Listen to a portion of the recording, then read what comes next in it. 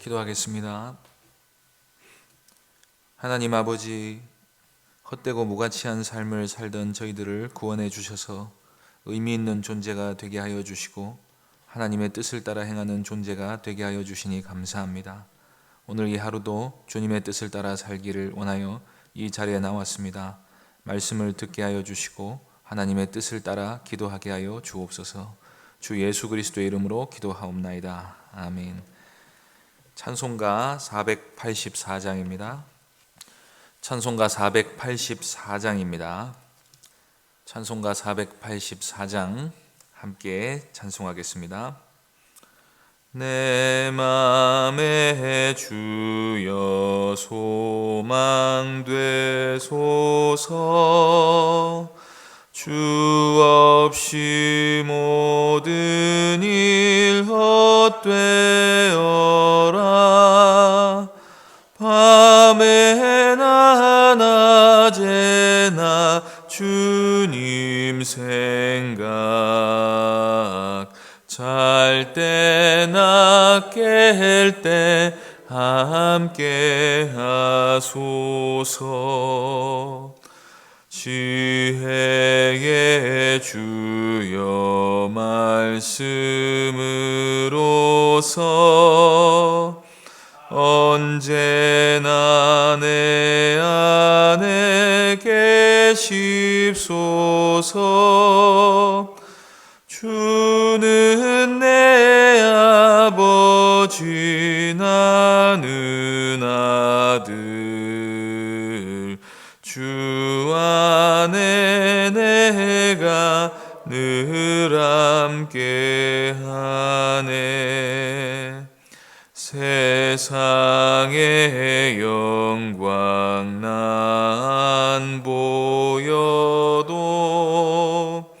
언제나 주님은 나의 기업.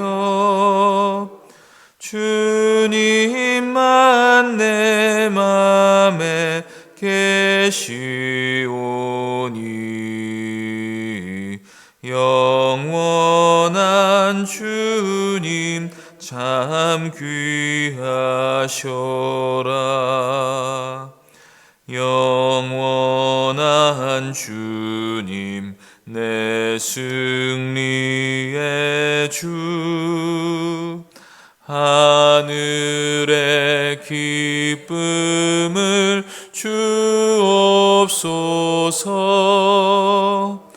어떠한 고난이 닥쳐와도 만유의 주여 소망되소서. 아멘. 하나님 말씀은 요한 1서 2장 15절부터 17절까지입니다. 신약성경 389쪽입니다. 요한 1서 2장 15절부터 17절까지입니다. 2장 15절부터 17절까지 한 절씩 교독하겠습니다. 이 세상이나 세상에 있는 것들을 사랑하지 말라. 누구든지 세상을 사랑하면 아버지의 사랑이 그 안에 있지 아니하니.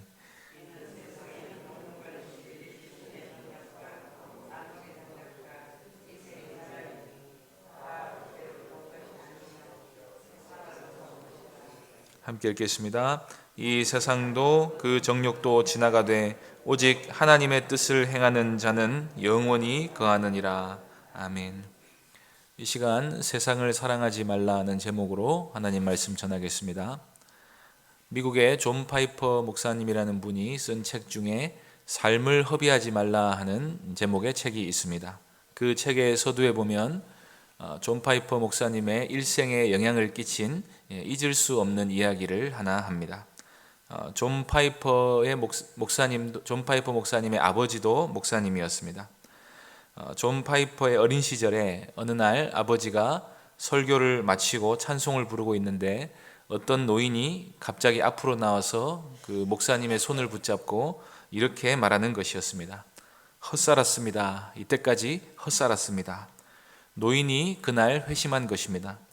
자신이 그리스도를 인격적으로 만나서 그동안의 자기 행복과 영광을 추구하며 살았던 지난날을 되돌아보니 인생을 완전히 헛되이 살았다는 사실에 충격을 받고 눈물을 흘렸던 것입니다. 이 사건이 어린 존 파이퍼의 마음을 크게 울려서 일생을 절대로 헛되이 보내면 안 되겠다는 생각을 했다고 합니다. 그러면 어떤 삶을 살아야 우리가 헛되지 않을 수가 있습니까? 존 파이퍼 목사님은 자신이 6살 때부터 대학교에 들어갈 때까지 집안 액자에 걸려있던 글귀 하나를 책에서 들려줍니다. 한 번뿐인 인생 곧 지나가리라. 오직 그리스도를 위해 한 일만 영원하리라. 사라질 것들은 무가치한 것들입니다. 영원하지 못한 것들은 사실 의미가 없는 것들입니다. 어떤 한 남자가 한 여자를 사랑한다고 말합니다.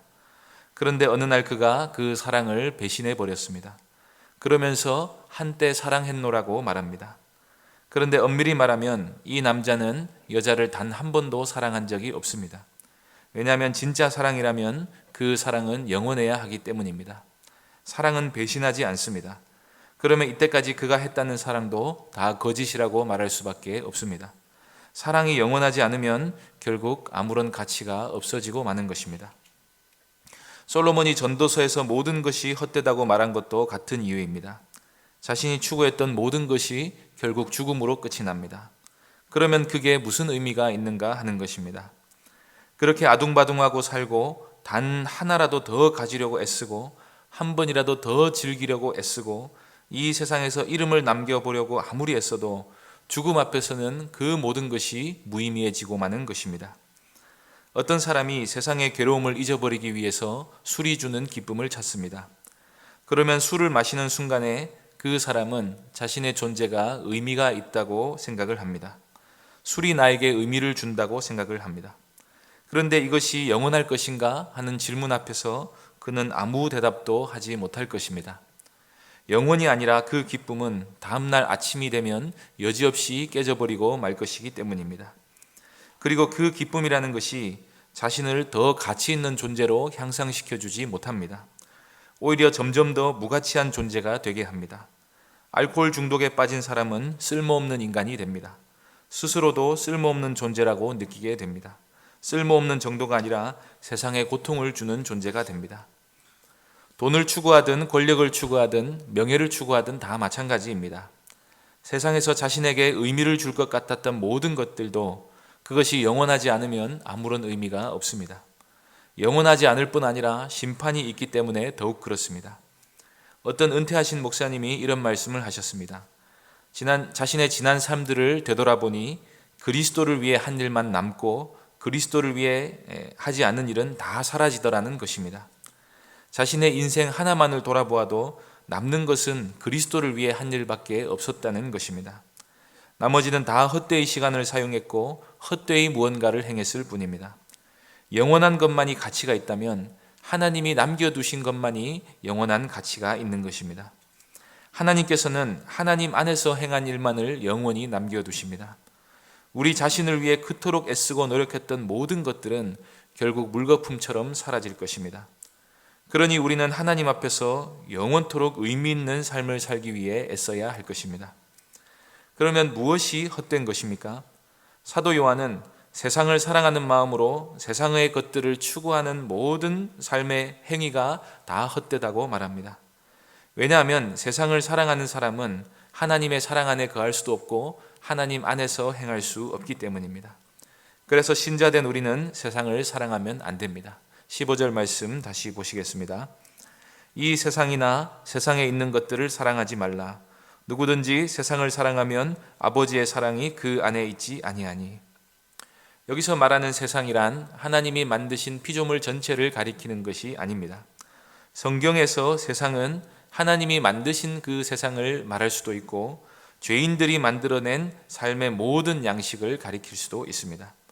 하나님이 만드신 세상은 선하고 아름다운 세상이지만 죄인들의 세상은 사탄이 지배하는 죄가 가득한 악한 세상입니다. 거기에는 하나님께 대한 죄와 반역적인 요소가 가득 차 있습니다. 하나님을 떠난 세상에서 사람들은 하나님 없이 자신의 욕망을 실현시키기 위해서 온갖 것들을 다 만들어냅니다. 그런 세상을 사랑하지 말라는 것입니다.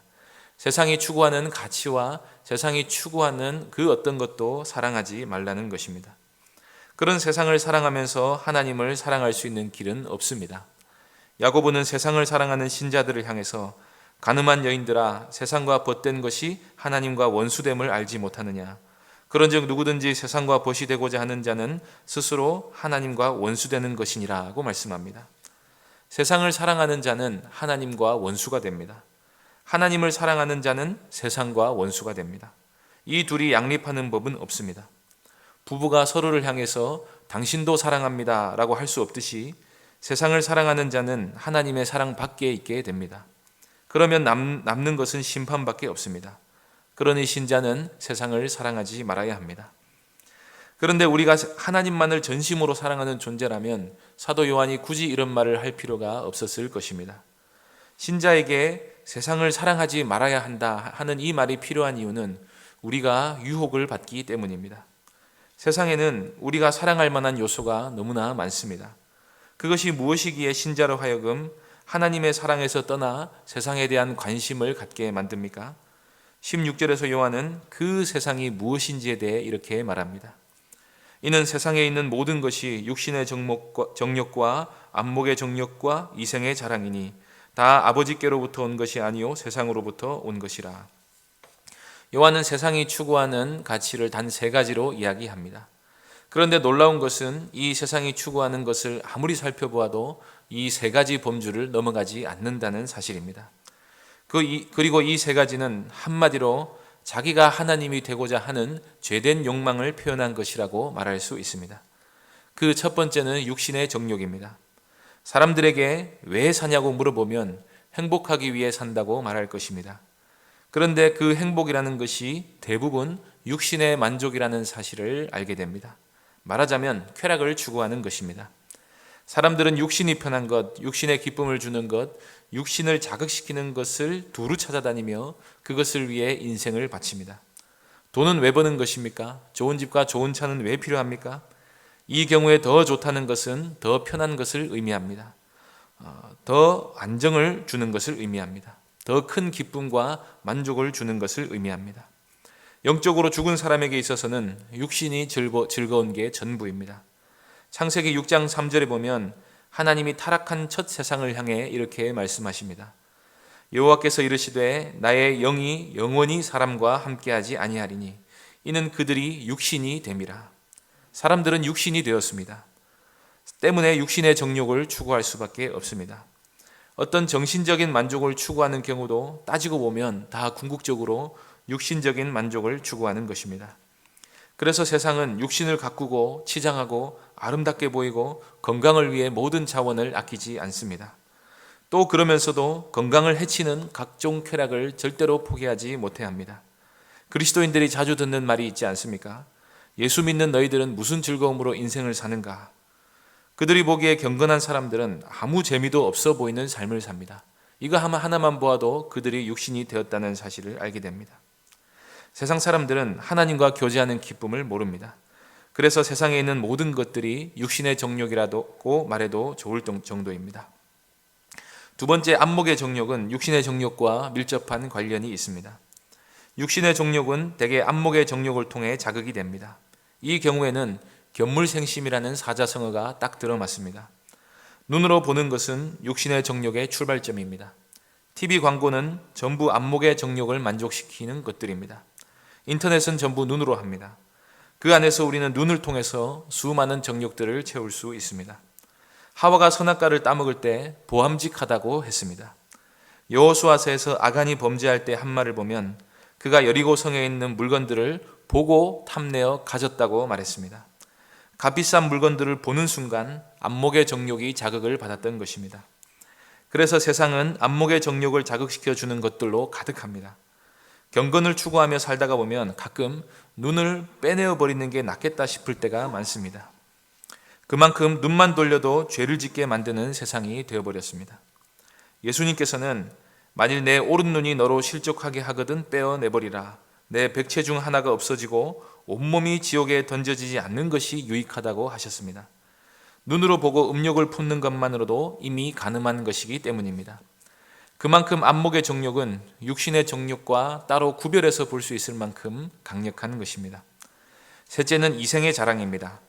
사람들은 자기 이름을 내고 싶어 합니다. 저도 회심하기 전에는 무릇 인생이란 죽어서 이름을 남기는 것이라고 생각을 했습니다. 호랑이는 죽어서 가죽을 남기고 사람은 죽어서 이름을 남긴다는 말을 마음에 두고 살았습니다. 사람들은 어떻게든 인기를 얻고 싶어 합니다. 자기 몸을 드러내서라도 유명세를 타고 싶어 합니다. 그것도 안 되면 사람을 죽여서 악명이라도 얻고 싶어 합니다.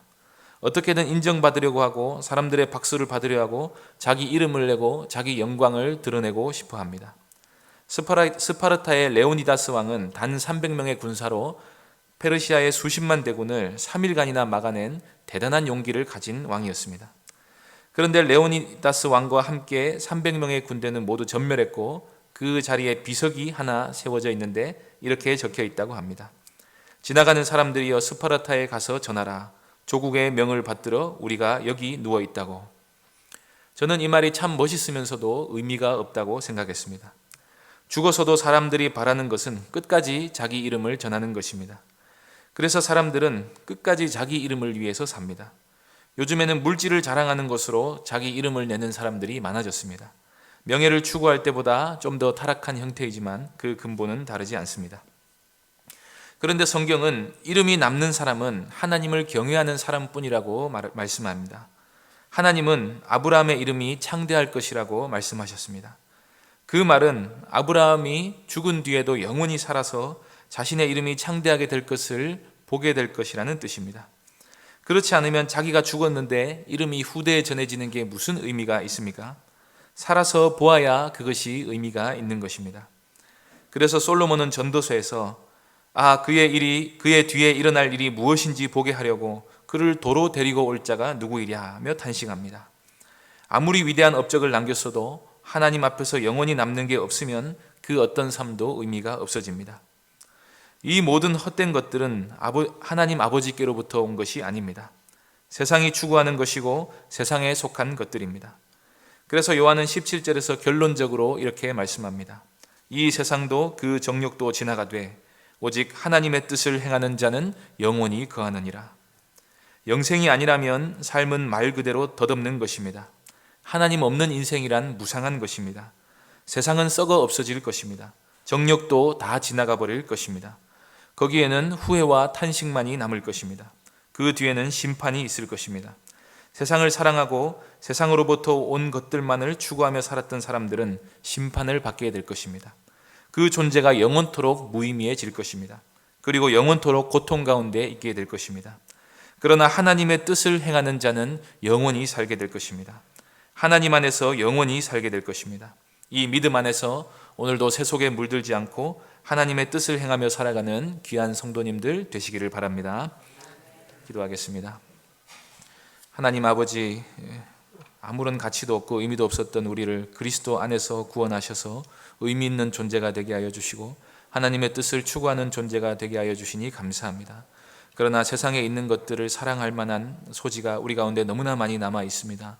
아버지 하나님, 오늘도 세상으로부터 온 모든 것들이 다 지나갈 것이라는 사실을 명심하고 하나님의 뜻만을 행하는 저희들이 되게 하여 주시옵소서.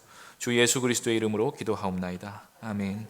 하늘에 계신 우리 아버지여, 이름이 거룩히 여김을 받으시오며 나라의 임하옵시며 뜻이 하늘에서 이룬 것 같이 땅에서도 이루어지이다.